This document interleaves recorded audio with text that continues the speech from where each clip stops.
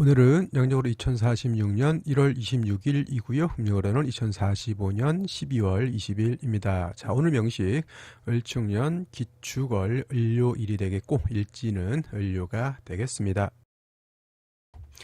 자, 오늘 명식 일간은 을목일간이 되겠고요. 을목일간이 태어난 월령 축월이 되겠습니다. 항상 사주 볼 때 제일 먼저 봐야 될 것은 일간이 되겠고요. 그 일간이 어느 월에 태어났느냐를 보고 사주의 배합을 살펴보게 됩니다. 그리고 일간과 월령을 봤을 때는 항상 격과 국이 어떻게 구성이 되는가도 유심히 살펴봐야 되겠습니다. 자, 오늘 일간 을목 음목이 될 것이고요. 월지 축토는 어떤 토?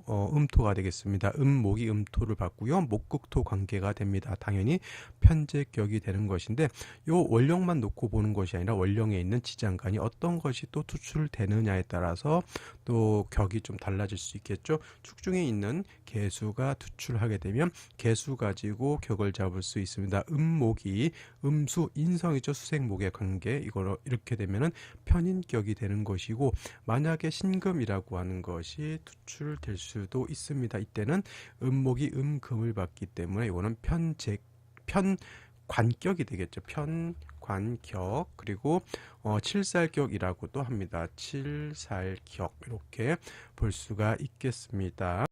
자, 그런데 오늘 월간의 기토라고 하는 것이 이렇게 투출되어 있죠. 이때 이 기토는 본기가 이렇게 투청에 투출되어 있는 것이기 때문에 뭐 개수신금이 투출했는지의 여부와 관계없이 이렇게 편제격 원한적인 편제격이 된다라고 볼 수가 있겠습니다. 일간이 약하고 재성이 많아지는 국세 즉 신약 제왕 또는 제다신약한 그런 사주 국세가 되는 것이니 반드시 인비의 조력이 있어야지만 인비라고 하는 것은 인성 또는 비경겁제를 말하겠죠. 그래서 약한 일간을 도와야지만 왕한 재성을 감당할 수 있고 또 축월이라고 하는 계절 동절입니다. 동절 엄동설한을 말하는 것이고요.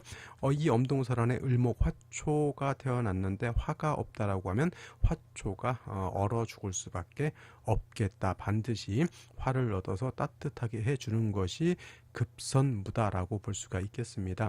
자, 먼저 어디를 볼 것이냐 하면 자, 먼저 연지를 보도록 하겠습니다. 연지 축토를 얻었습니다. 토왕절인 축월에 기토까지 투출되어 있는 중에 다시 축토를 봤으니 일간은 더욱더 약해졌고요. 그 다음에 재성은 더욱더 많아져 있습니다. 더 문제는 어디 있다? 일지 보게 되면 유금이라고 하는 것을 얻었죠. 을목 입장에서 유금이라고 하는 것은 편관이 되겠죠. 그리고 유축 회금도 됩니다. 유축 회금 금도 왕해진다라고 볼 수 있죠. 그러면 제살태왕한 사주국세 일간 자체가 의지할 곳이 전혀 없는 그러한 구조가 되는 것인데 연간에 을목이라고 하는 비견이 이렇게 있죠. 물론 이 을목이 토를 제해줬으면 좋을 것 같지만은 일간도 뿌리가 없고요. 그 다음에 연간에 있는 비견인 을목도 뿌리가 없습니다. 진태양난 화도 없어서 얼어 죽을 지경에 있습니다. 그러니까 생시에서는 반드시 화를 얻는 것도 중요하고 그다음에 이건 수기도 부족한 거죠. 축중 개수가 있기는 하더라도 그래서 이거는 생시에서 반드시 화를 봐서 따뜻하게 하고 일간을 도울 수 있는 인성 또는 비견겁제를 얻는 것이 가장 급선무다 이렇게 볼 수가 있겠습니다. 자, 생시 제1 먼저 병자시 살펴보도록 하겠습니다.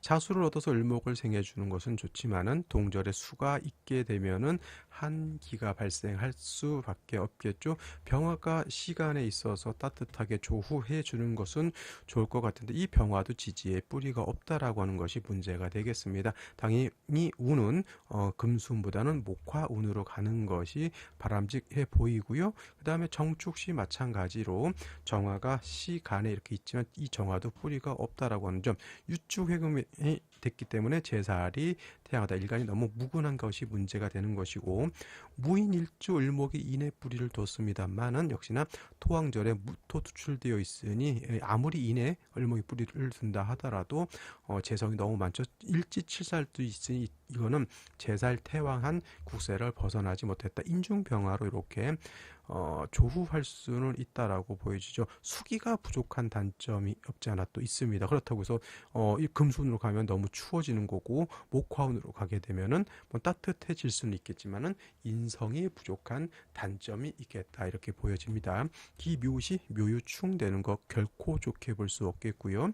그다음에 경진시 같은 경우에는 유축해금의 진유합금이 되죠. 경금 됐죠.